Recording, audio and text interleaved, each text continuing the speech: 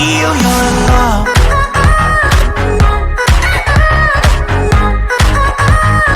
I just wanna feel you're in love.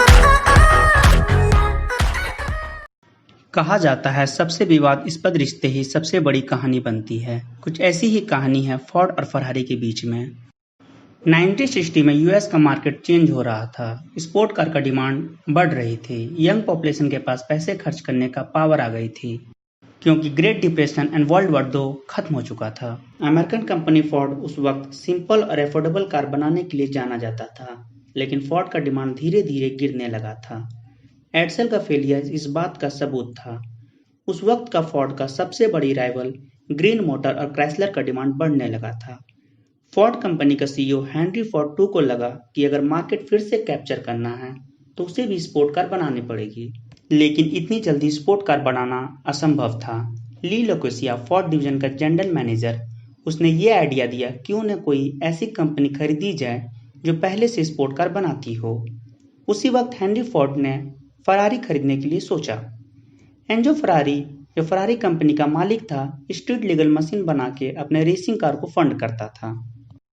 महीनों मेहनत करने के बाद 1963 में एंजो फरारी ने अपना कंपनी और एसेट हेनरी फोर्ड को बेचने के लिए तैयार हुआ।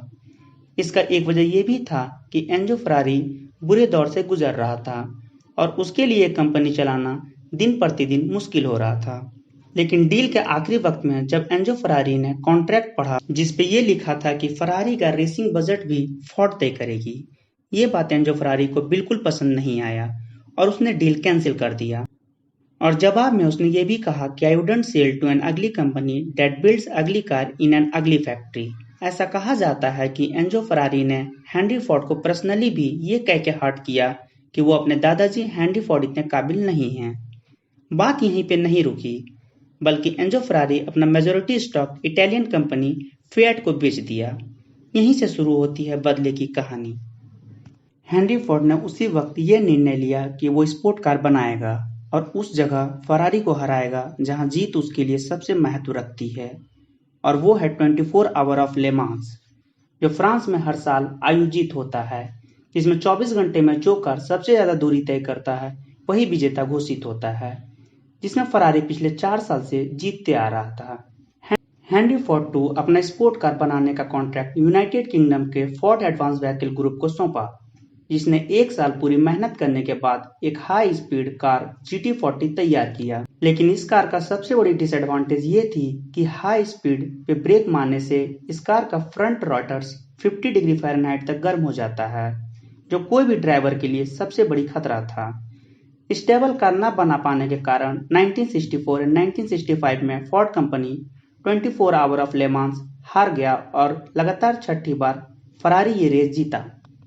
लेकिन बदले की आग में जल रही हेनरी फोर्ड टू ने हार बिल्कुल नहीं माना और इस बार अपने कार का डिजाइनिंग कैरोल सेल्बी को सौंपा, जो अकेले अमेरिकन थे जिसने 24 आवर ऑफ ले मांस जीता था।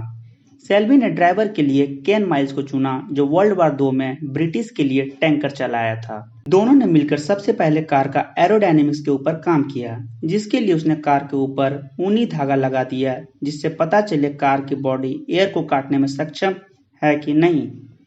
सेल्बी का मानना था जो कार सबसे अच्छा हवा को काटता है वो कार सबसे तेज होती है। ब्रेक का समस्या फिल रेमिंगटन ने सॉल्व कर दिया, जो फोर्ड टीम का इंजीनियर था। कार में डायनमोमीटर भी लगाया जो ये बता पाए कि गाड़ी में कितनी पावर बची है। बहुत मेहनत के बाद GT40 MK2 बन के तैयार हुआ। उस साल 1966 में फोर्ड ने सिर्फ फरारी को हराया ही नहीं, बल्कि फर्स्ट, सेकंड और थर्ड पोजीशन फोर्ड ने जीता।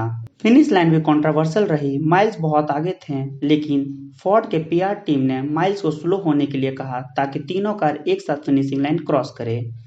लेकिन बाद में पता चला कि फर्स्ट पोजीशन ब्रूस मैकलेरन ने जीता, क्योंकि मैकलेरन की कार शुरुआत पीछे से की थी। लेकिन आज भी असली विनर केन माइल्स को माना जाता है। दुख की बात यह है कि माइल्स अगले साल रेस में भाग नहीं ले सका, क्योंकि 1966 में फोर्ड कार की टेस्टिंग में कैलिफोर्निया रेसवे में उसकी मौत हो गई। माइल्स इकलौते ऐसे ड्राइवर थे जो एक ही साल में 24 hour of Daytona, 12 hours of Sebring and 24 hour of Le Mans जीता। इसके बाद लगातार 4 बार फोर्ड ने 24 आवर ऑफ ले मांस जीता और उसके बाद फरारी आज तक 24 आवर ऑफ ले मांस नहीं जीता। किसी ने सच ही कहा, success is the best revenge.